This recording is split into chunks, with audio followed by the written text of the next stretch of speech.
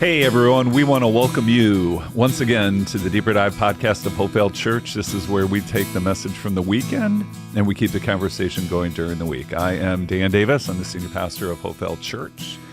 We are in the Great Lakes Bay region of mid-Michigan. That means Saginaw, Bay City, and the surrounding communities. Once again, as always, I'm joined by Cathy Davis. I'm here, and we have fancy coffee, so is adding up well. Good, yeah, definitely. Yeah, how are things? Things are good. How are things with you today? Good, you know. I know, right? Monday. It is Monday, right? Got a slow start, but we're going to get there. Great day at church yesterday. Totally. Great day in Saginaw and Bay City. Wonderful worship. Yep. Yeah, it was fun to have Amy Petty as part of our worship and songs. You know what's so cool, and I know that Billy and I have talked about this often, and I know it's true with Austin and Nate and what happens in Bay City is, you know, we plan services weeks out, right? And you think it looks pretty good on paper, and maybe, but then to just see it all come together, right? And so, especially the closing song, we'll talk more about that later, right? And how personal that is to us. But yeah, really good. I tell you, I think just even back to fall launch, just the vibe every Sunday has just been really strong. Oh, you can sense that, people are really engaging in worship. People are engaging in the lobby, and it's really good to see. I saw something this weekend just, you know, nationwide. I mean, people are coming back. Oh, okay. Yeah, and good and strong, and I think we're certainly seeing it right at Hopevale as well. So yeah. And then there was a shout out yesterday, and in the e-bulletin that we got for the night of worship that's coming up. So for those of us that really, well, I would hope all of us really enjoy just a moment to center in on worship. And you talked about all the planning that goes into things like that and then actually seeing it come to fruition. So I know Billy and his team hard at work at getting that 21 night of worship. That's all of us together, right? Yeah, totally. And, you know, it really works out well with where we are as a church, where we're going to be next week and launching the Greater Things series. But even beyond that, it's a special night, a Friday night, a time to just, you know, feel maybe the distractions of a Sunday or, you know, what we've got coming up next or whatever. It's just a great time to settle in and soak. And yeah, if you like a laugh or two, watch that promo video that Paul and Billy put together for the night of worship. That was part of the e-bulletin too. Okay. So, yes. Yeah. Oh, and I should add Adam as well. So, right. I did see him. Spoiler alert. Yeah. So there was that. And then yesterday, too, we got an update from the search teams. We did, yeah. Elaine Carl's in Saginaw and Scott Aller in Bay City. And yes, we got to hear about the search process. Is this fun, weird, what? For us to talk about, right? Yeah. All of it. Yeah. We'll go with all of it. Yeah. So I think as we heard, the process officially launched beginning of September, and we're at kind of a behind the scenes midpoint, I think Elaine told us, and they've already been engaging a couple dozen candidates. Not our applicants. Team. No, not our team, but our representative. Vanderbloemen, the search consultant we're working with, and our team is touching base with him this week. Yeah. Just to kind of hear how things are going. So I was really glad. We've worked with the search team. We've committed between now and the end of the year to give updates in the process every 3 weeks. So I see. We've actually identified the Sundays, so we'll whether there's a lot or a little to report, right? And just love how on top of that, just the there were a lot of nudges, but one, stay in touch. We're throwing everything on the website under the Succession tab. Right. And even if you go to the front of the website, hopevale.org, it'll get you right there. And then, Elaine's call to prayer. And I really do. The team put together a great prayer sheet, so to speak, list of requests. And, I've been grabbing it now and again too, to just pray as well. And I think especially, for the team and for the elders, this is just a big, process and decision and discernment, I should say, in the life of our church. So, yeah. Yeah, I will give a little nudge to listeners who may be like me in that I will go on record in saying I hate process. It's been something I've talked to the Lord about over and over. It's like when I pray for something, can we just do it right now? When I ask you for something, when you tell me to do, can we just do it right now? Like, what's with the whole wait and see? What's with the whole trust me along the way thing? Like, I understand the wisdom of it, but everything in me be like, snip, snap, let's go. And so if you feel like that, like the spiritual, like struggle of that, I'm just nudging you to do what I have been nudged to do as well, is just enter into the process. And the best way to do that at this point is to pray.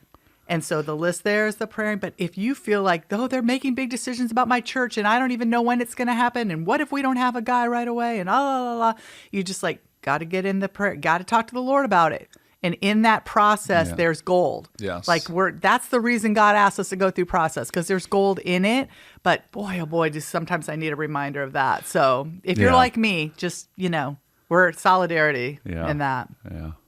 So here's what I would say. If you like our existing staff team. Yeah. Right. I do. Yeah. Well, good. Because that's been part of process as well. Right. That's my whole point. Right. That when when Billy came to us, there was a process. It wasn't a 1 week decision. Yeah. When Paul came, when Nate came. Yeah. Right. Mm-hmm. And so it really is. Right. I'm just a little teasing there, but No, it's sometimes waiting can be hard. And so God has gold for us in the waiting, and he wants us to be involved, not just to sit back and watch. And we want to be in unity, and that's what we're praying for, clarity. And that's what we're going to trust him for that. But in the waiting, there is a connection to the Lord. That's gold.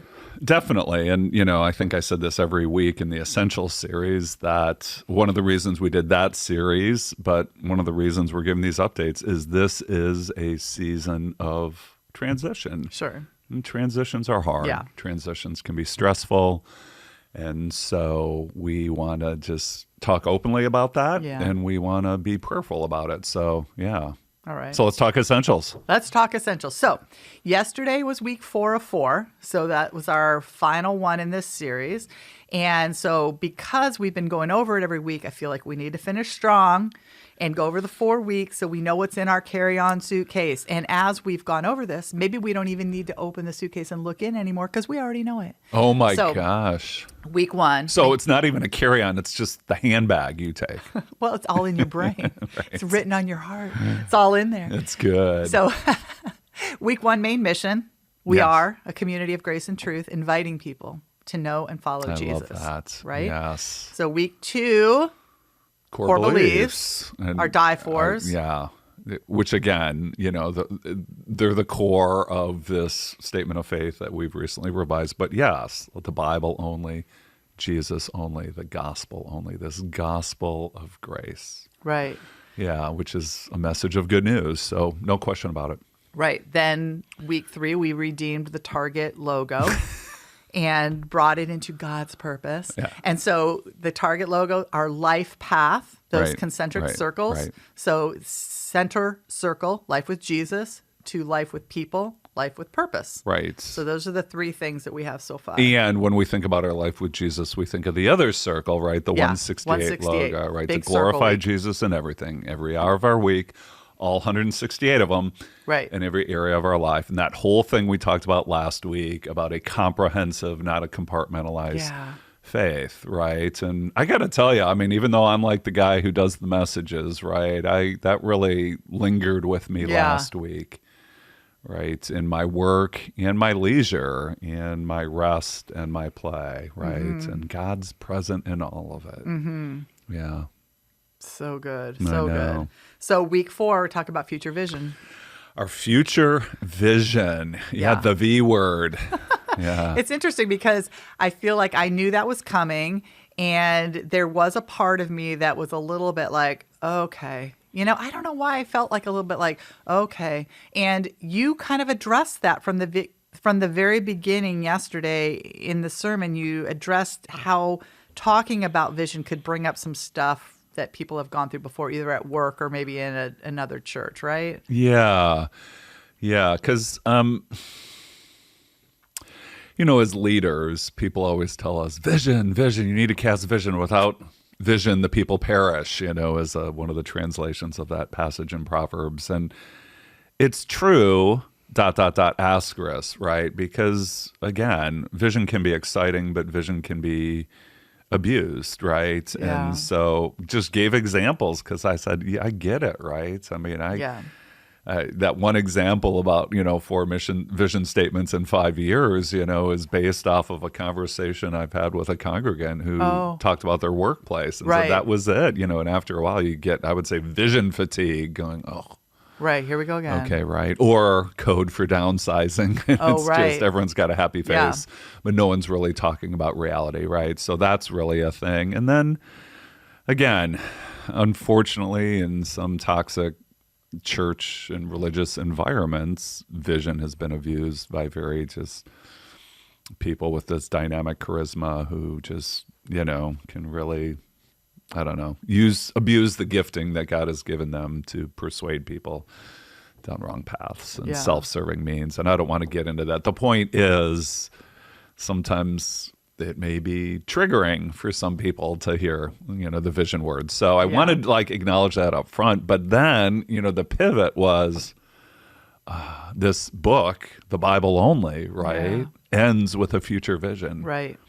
One that's not a wish, it's a guarantee, one that is given by God to the Apostle John, end of the 1st century, carried over 20 centuries later, right, of here's where all of history is headed. Yeah. And it's our hope. Right.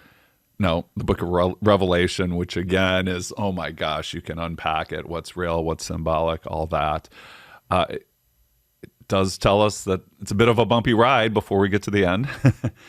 But in the end, Jesus wins. Right. Truth and goodness and justice and love win in the end. And Yeah, so I feel like that was really good. It really helped me to, again, if the Bible is our authority for living and we're looking for how God gave us vision through the word, then we can model that within our church as well. So there's the future vision, but it was glorious. I mean, Jesus could come back today and choose today to be his day of return and then begin this future that we're longing for. But I feel like sometimes we can be like, okay, that's really good. Can I just keep my eye on that? Yeah. And then in the meantime, we talked about the meantime, and then between today and whenever that day is, can I just kind of just do my stuff? Right. Like, I'll remember Jesus coming. I can be super jazzed about that, super excited about it. I can pray for it.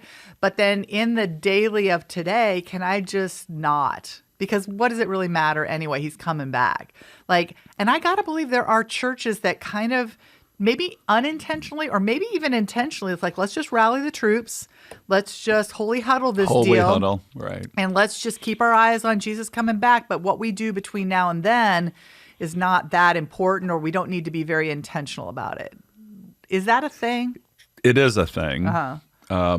It's I was going to say abuse of a thing or a misguided understanding of a thing, but it's a thing, right? What's that saying? Some Christians are so heavily minded, they're of no earthly good, right? Uh-huh. And yet, I think the book of Revelation, doesn't encourage us, well understood the unfolding of how the New Testament goes, doesn't encourage us to pull back. It encourages us to press on and hang in there. Right. And so much of the New Testament, I think Revelation included, is a call to perseverance in the face of trial, in the face of challenge, in the face of persecution, in the face of difficulty. Right. That's the whole thing. Right.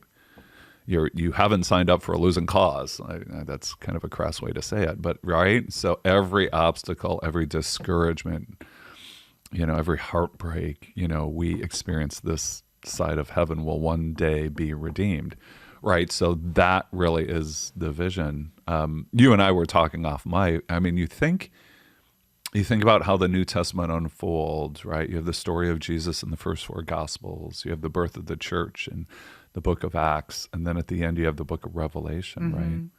Well, in between, right, you have let me like do the math here.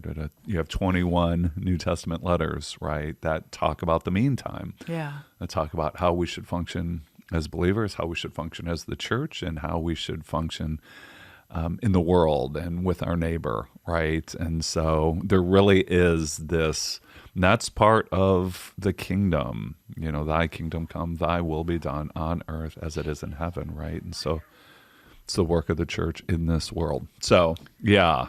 Yeah, I mean, and then to be really honest, like Jesus didn't come back yesterday. He could have if he wanted to. He didn't. So he's got to have a reason for this delay in him coming back. He's doing something. He's up to something. We don't know. We can kind of imagine what those things might be. Like he wants more people to come into relationship with him. He wants to do a work in us. Yeah, what is it, Peter, who says he doesn't wish anyone to perish, but everyone to come to repentance? Yeah. Right? So it's out of God's his kindness. heart, out of his kindness. And his mercy. That he is waiting. So there's a purpose in the fact that in this time, and as a Christ follower, I want to engage in that purpose. I'm not just tapping my toes thinking, God is taking a long time. He's up to something. So what is he up to? Let's join him in that. Right? Definitely. Yeah, definitely. Yeah. And, I mean, even in our decades of living, and I know it was this way before, I mean, there's always a pocket of the church is like, well, I mean, look what's happening in the world. Now's got to be the time when Jesus returns. Yeah. Everything is just unraveling. And it could be. Right. But history's unraveled a lot before, right? 2 world wars and, a lot of other things. So maybe not, So I go back to something I know I've said before. I've quoted the Protestant reformer Martin Luther, who says, there are 2 days on my calendar, today and that day, right? Mm-hmm. So we live in light of that day. We live in light of Christ's return. Mm-hmm. But then it's like, okay, Lord, what do you have for me today? Right. Right. And so, but maybe this is then where future vision fits in, right? So how do I live today in light of that day and what God has called me / what has God called us as a church, what do I say, called to this region while playing our part in the world, right, for such a time as this. So, yeah. I think it's important for us to remember that day, that it really is coming because of the things you listed out yesterday. I mean, war in Ukraine, hurricanes in Florida are things that we all know about, but then there are personal things personal battles we're fighting, personal losses we're fighting, the tears that Jesus is eventually going to wipe away that we're experiencing today. And so to keep in mind that future that he's promised us allows us to live in today with hope and to be able to live in today with decisions in light of that. Mm-hmm. We talk about how Jesus calls us to lose our life for his sake, to give our lives away, to be a proper steward of the resources he gave us, time and money, in light of what's to come. And so we've got to keep that one in mind. Yeah. And then that vision has to encompass that with how that plays to today without being abusive or cheesy, like all the future little vision statements we've gotten at work or in previous situations we've been in. So stir all that together, and here we are. Exactly. And that's, so that's kind of the point, when we walk through that Revelation 21 passage, verse 4 is this vision of no more death or mourning, crying, pain. And then verse 5, I am making all things new. Right. Right. So this is Jesus, the one seated on the throne. And he says, write this down. It's trustworthy and true. Right. So, okay. And so Jesus, you are doing this work in the old order of things, getting ready to renew, you are renewing people, you are renewing your creation. So how do you want to use the church? How do you want to use us as part of that, of inviting people into life? Right. Capital L life, right? Right. So we're going to talk about the vision that God has given our specific church for this region, for this season of time, that you and the elders and the staff team have prayed about and hammered out. But before you got there, you kind of gave us these 4, what did you call those? 4 guiding themes. Yeah. Yeah. Tell us a little about that. Yeah. You and I have talked about like our kids and being in a high school, and I remember this math in particular, right? With one particular with student. one particular student who got the right answers on math assignments, but got marked off because the writing was show work. Yeah, yeah. You got the right answer, but show me how you got there, right? So the 4 guiding themes is kind of the show work. Yeah, it's was important. The peek behind the curtain. It's like we want you to understand that these 2 vision statements, which we shared at the end, unless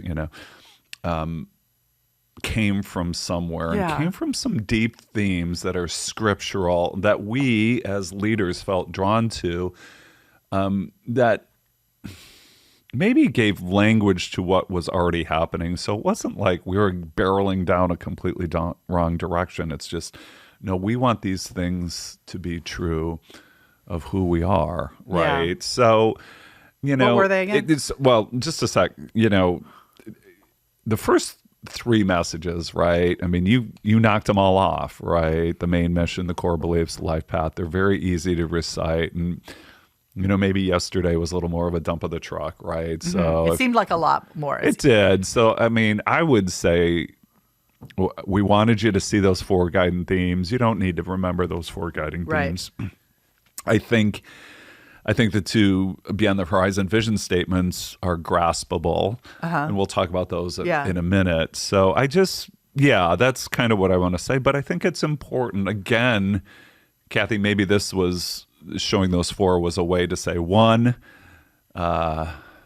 we want you to know that this isn't one more of your negative vision statements, and 2, this is vision that's tied to our ultimate vision of Christ's return and the work he gives us in this world. So we talked about obedient anticipation, spiritual formation, cultural replication, and geographic saturation. And it's all kind of not catchy, but it's rolls off the tongue pretty well. But that first point, obedient anticipation, we want to live with a ready posture to hear from God with the intent to respond as he leads. And my whole point was vision is God-given, not man-made. Yeah. Right. Right. It's not where Dan wants to take the church. Right. It's not, it's where we sense God wants to take the church. And so I hope people get sick of the word discernment. I mean, really, right? Discern, not decide. It's this whole idea of that God has a plan, God has a leading, and we want to sense where that is, right, and follow him, right? Right. Where's Jesus at work, and we're going to go there, right? So that's really what that is, right? And that's that's why, so we'll go back to your process stuff, right? That's why prayer is important, right? I really believe, wow. We're going to go through this process, and our time's going to wind down here. And there's a couple different ways it can play. The next person, our successor, is going to come the Sunday after, or there's going to be a gap in between. Yeah. And that gap could be a couple weeks, it could be a couple months, it could be even longer. I don't know. Right. But I really believe that timing is not a waste, and that God has a purpose in all of it, right? And if it goes a little while, it's not that we can't make a decision. It's not, sometimes the goal to process. It is. And there's a work that God wants to do in the church, right? And again, another rabbit trail, right? But I mean, you and I were part of the church when we moved to Center in Tittabawassee, and that was a long journey. I mean, it was like a 12-year journey, 15-year journey, right? So that's the whole point. God is always at work, even if it doesn't seem like it, or the process tries our patience, right? Well, I feel like I'm hoping people would have felt assured or reassured yesterday that when you leave as senior lead at Hopevale's not going to change that much. No one's going to come in and go, I don't know what that was, that whole mission statement thing, or how Hopevale does church now. God's told me that we're going to do this. Like, we are committed to this obedient anticipation. Is that what we talked about? Was it called? Yeah, the first one, yes. Yeah, so there's a listening and receiving from the Lord of what God has for us in this season. So it's not dependent on you. Therefore, it's not going to be dependent on the next person that comes in. And so we can just rest assured that God is leading through, in unity, a group of people God has spoken to lead us forward. And some guy's not going to come in and like paint a new picture and be like, and Hopevale's not going to feel the same anymore, right? Okay. Speak to that. Yeah, let's go back to what we talked about toward the beginning, this both and of highly creative and incredibly unoriginal. Yeah. And one of the things we talked about is not changing in the essentials, not changing in the things that matter most. But I will tell you, because this struck me in Saginaw, when Amy Petty did her special music thing, I thought, I wonder what the founders of Hopevale in the late 50s and early 60s would have thought of that, right? I would hope that they would have understood that we're living in different times, and in the heart behind that expression of music would be in line with exactly why they started the church in the first place. Right. So in some sense, it's quite a change. In another sense, it's really not. Right. So, yeah. So again, right. Yeah. So all that to say, you're hitting on the right things of that Hopevale in these essentials. Yeah, it's not going to change. Right. So talk a little too about, you nudged yesterday about our brand of ministry or our brand of church, which, we want to replicate that. And that doesn't mean we're the only church in town. We're not getting it right and everyone else is getting it wrong. We better make more mini Hopevales because we're the only ones that really know how to do this. Like, speak to that for a second. So, here's another peek behind the curtain, right? And back several years ago when we felt a nudge and wrestled with whether to plant in Bay City or to launch in Bay City, right? And we had honest conversations and prayers because there is this, who are we? Yeah. Right? And that's why that point of, I'll read it. We feel called to replicate our ministry not out of a sense of superiority, but rather out of a sense of stewardship. Right. And I made the comment that we already had people in Bay City. There seemed to be a need for a vibrant gospel-centered church like ours. Again, not the only game in town, but, opportunity and accountability, right? Opportunity for outreach, accountability to God to steward what we have. Mm-hmm.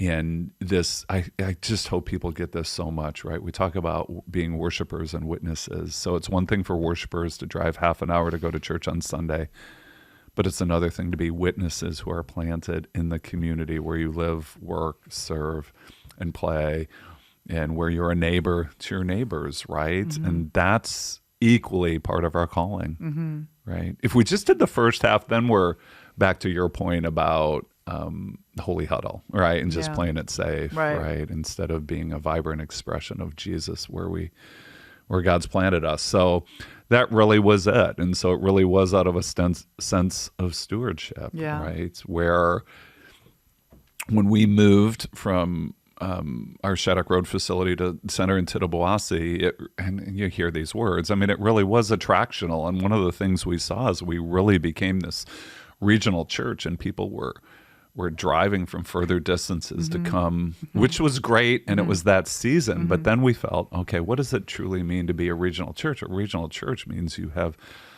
gospel presences and expressions of faith where people are coming from. So again, it's been all part of this shift, right? And so it's really then what launched into that. So you had this cultural replication, what leads to geographic saturation. We want to bring the gospel to as many people as possible in surrounding communities. And to bring the gospel, we talk about this in the Sent Next Door series back in the, to be a church of word and witness, word and deed witness, right? So again, and I love what Bay City does. They're smaller, they're more portable and pivotable. So, right, they do these Serve Your City Sundays where, instead of meeting at John Glenn, they're out ministering in the community, and Pastor Nate and their team has just done a great job of that. And so that is just carrying out this mission as well and vision.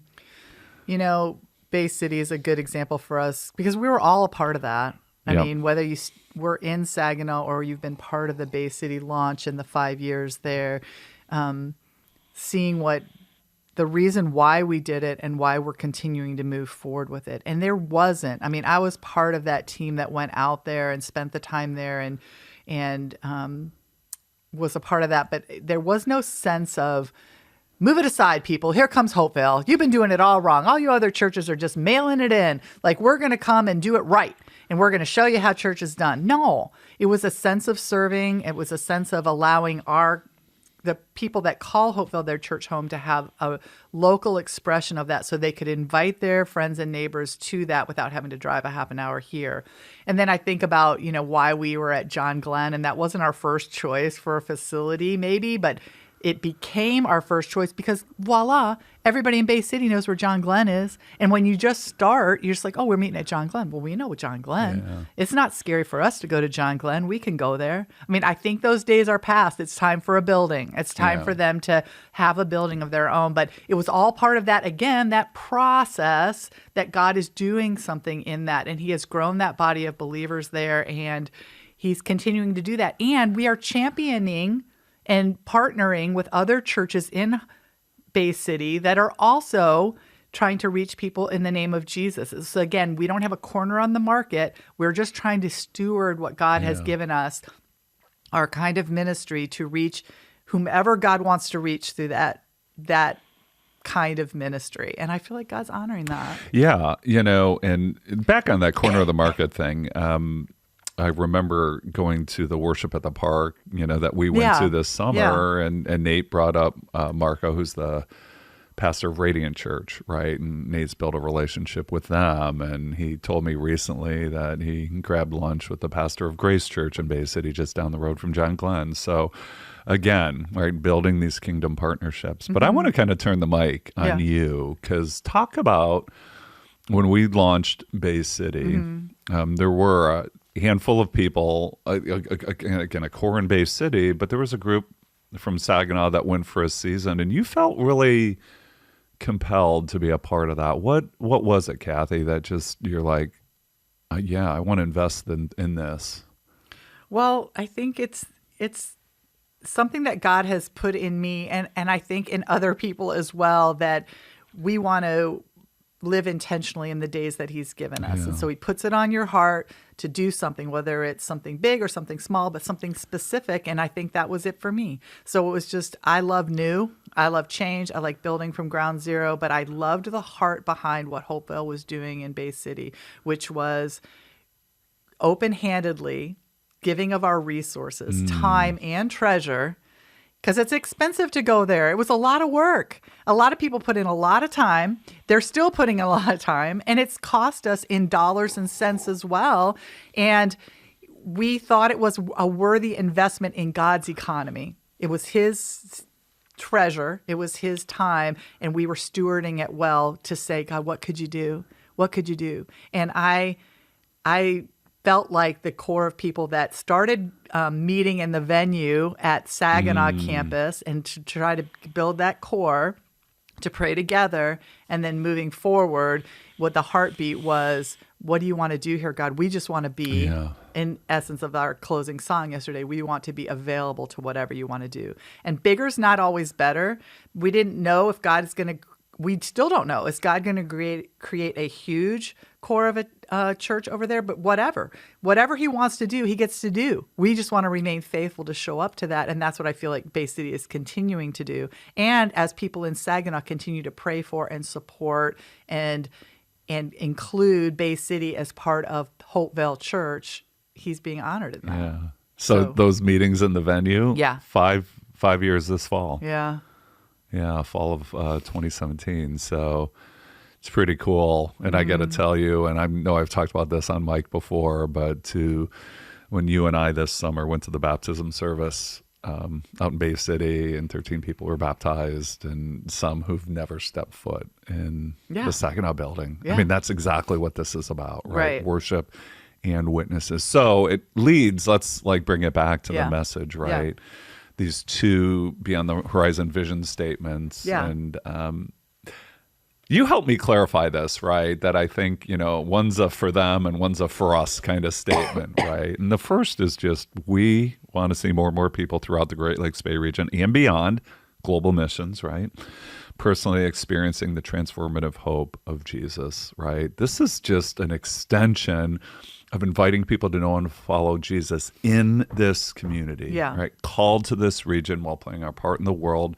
It's what drove the Sent series, which again, I'll talk about in the other statement, but that really is our heart. Yeah. Until Jesus comes again, right? This is it. Yeah. So it's not just, again, back to that holy huddle statement. It's not just us having potlucks and patting each other on the back and just saying, isn't it great to be a child of God? It's doing that in the context of open doors and inviting people into it because everybody needs Jesus. Everybody needs the hope that Jesus gives. And, it was interesting yesterday because you talked about everybody needing the hope of Jesus, and you talked about people in crisis, single moms that were struggling or older people that are lonely or whatever.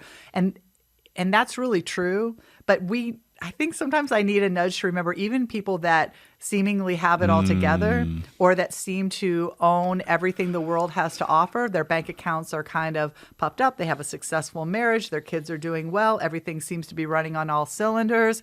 Those people still need Jesus too, because we are without Jesus. We are lost. We are not living the life that God has promised us, which is connection with Jesus. We are hardwired to be in relationship with God, and Jesus made a way to do that. And so everyone, no matter what their life looks like or seems like or is, needs Jesus. Yeah. The need is the same. The receptivity is different, right? Maybe.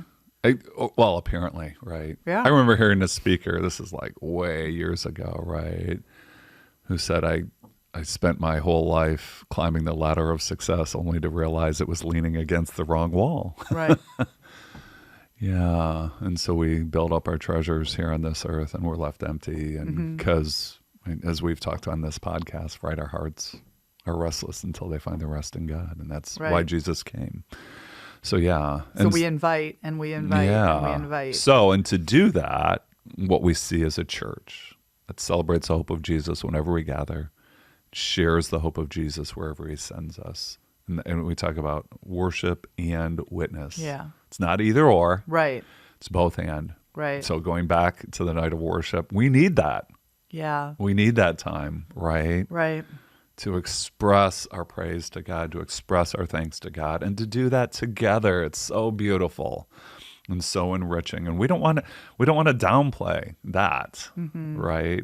But again, it's a both and, right? So, so we have these two statements, right, that really guide why we do what we do and where we want to see it, where we want to see the Lord to continue to take Hopevale Church. So, I just want us to keep reminding ourselves and each other the goal isn't for Hopevale to be a bigger church, isn't for us to feel like we're quote unquote successful. Our goal is for Jesus to show up and do whatever he wants to do, however he wants to do it, and for us to be involved with him in that process as he allows. So again, it's just what we talked about in the closing song. We're available. Whatever you want to do, God, we're obedient anticipation. However you script this thing, whatever you want Hopevale to look like, if you want us to plant more campuses, if you want us to be bigger, if you want us to express our faith in this region in a different kind of context that we haven't even thought of yet. Yes, Lord, let's do that. Let's do that. Let's be part of that, because guess what? A day is coming really soon where Jesus is going to come back. And in this meantime, he allows us to be involved in this amazing work. Yeah. So. Yeah. That's so good. I know. What else do you got for us as we close? Like, what do you want to say? This is closing up the whole series. Yeah. So this is going to put you on the spot. Oh. Right. So people may not know this, but when you show up on a Sunday, you really don't know what's coming out of my mouth, right? That's 100% true. Right. It's not like, I'm showing you all the manuscripts right. and whatever. Yeah. So we got to the end of the message and talked about our journey. This whole Jesus, where are you sending us? And, what I shared up front wasn't maybe the first time we shared that, but it was a fresh time. Right. And I don't know, like, what was going through your mind when you heard me recount the story the way I did, and even then maybe tying that to the available song? I mean, and how's that strike you? Well, I mean, true. Yeah. I mean, I walked it with you. We walked it together. God was communicating to us together, but also separately. I mean, I've expressed to someone recently, I feel like God had us for the last 26 years. We've been open-handed for what he's doing in our life. I don't know why that is. There's probably different seasons of my life that even unknowingly I was like, no, no, God, don't do anything. Like this is as much as I can handle right now. But for some reason, he had made us uber available to God. What do you want us? I mean, big mistake is like you got led to preach to us about what's our next, where are we sent, John 20:21. And so it's like, oh gosh, that means us too. So we have to seek the Lord on that. And it's like, God, no, like, is this really what you have for us? Like we've been open-handed with our ministry at Hopevale all these years because we never wanted to stay if God was asking us to go. And we didn't want to go if God was asking us to stay. Yeah, exactly. And so we feel like we've been checking in with the Lord about that for all this time. And this time I feel like God was going, I think now's the time. I think now's the time for Hopevale. And I think now's the time for you because again, God sometimes leads an upside down, doesn't quite add up season. And that's what we're in as Hopevale and as Dan and Cathy. So again, future vision, one day, pretty soon, Jesus coming back. He is going to make all things right. And we are going to get to ride into this with him. But in the meantime, he's asking us to do this. So it hit me as it doesn't quite add up on paper. It doesn't. I mean, I feel like my family especially is looking at us going, at this stage, you're supposed to just kind of ride it out till retirement because that's what you do. Like nobody at our age and our season of life is looking for a fresh start. They might be looking to downshift, but they're not looking for a fresh start with fresh vision of God, what do you have for us, even if it looks different? And of course, putting the security of being here. We love our house. We love our neighbors. We love this church. Everything's going well here. Nobody does that. No, not nobody. Sometimes it feels like nobody does that. But if God's asking us to do it and it doesn't quite add up, I don't know how to communicate how he communicates that. Right. He just does. He did. He continues to. And I feel like already we've seen the fruit of that. I feel like we've seen it in our relationship. Yeah. We've seen it in our personal walks with God as we've said, yes, Lord, I don't know yet. I will embrace the process, even though Cathy Davis hates process of doing this. And I feel like I've already seen the fruit in Hopevale. Yeah. I feel like Hopevale's so already like, what are we going to do next? What's it going to be like? Yeah. We're going to trust God. And every time we have to trust God, how is he not showing up and honoring that trust? Because he is so capable of it. And he so loves it when we go, we don't quite get it, but we get you. We trust you. And so I feel like we've already seen the fruit of it. And so it makes me super excited for both us and Hopevale as we continue to walk this path of process and obedience. Yeah, right? That's so good. Yeah. I was having a conversation with someone recently about what we were going through. And I think I made the comment, stepping out in faith isn't just limited to our 20s. Yeah. I know. When we're, young and carefree. Oh, shoot. And yeah, exactly. Right. And so I've mentioned Abraham before, right? And you think about how far along in life he was, right? And that passage in Hebrews 11 that says Abraham, when called, obeyed and went, even though he didn't know where he was going, right? And I would just hope, again, that we have that kind of faith, because that is, okay, so here's the landing, right? I made the comment that hard isn't always wrong. Yeah. And actually hard is sometimes an invitation into an even greater experience of the capital life Jesus has for Absolutely. us, right? Mm-hmm. So that's my nudge to everyone listening and watching, and it's the look in the mirror. Yeah, right? sure. Absolutely. So, yeah. Okay. We've packed our bag. Pack the bag. With the essentials, and we're going to get ready for just a wonderful series called Greater Things. And, Cathy, I think about, we told the church that we want to finish well. We want to run the race, this last lap with Hopevale, incredibly well, and really believe that God had it in mind that this series was part of it. So you talk about a journey of faith that we get to take together. This is going to be it, because God really does have greater things in store for Hopevale and for all of us. So looking forward to that. Yep. Here we go. Good. Here we go. Okay. So I have like a standard line where I always say, as always, we want to thank you for listening or watching, but I'm going to drag this out a little. If you do tune in regularly, if you watch, just thank you. Yeah. This has been such a blast. Absolutely. We've started this for a couple years ago, and those of you who pass along comments or words of encouragement means a lot to us, because we're just throwing it out into the universe, and that God uses to encourage and challenge and stretch us. So that's great. Yeah. Love it. Yes. Thank you. Thank you. And as always, we invite you to join us again next time when we take a deeper dive. Thank you for watching the Deeper Dive video podcast. To check out our full library, make sure to subscribe by clicking the button below. Also, make sure to select the bell icon in order to be notified of any new content as it is posted. If you would like to give to the Lord here at Hopevale and support the ministry, you can give by visiting hopevale.org/give. Thank you again for joining us today. We look forward to seeing you and your family at Hopevale Church.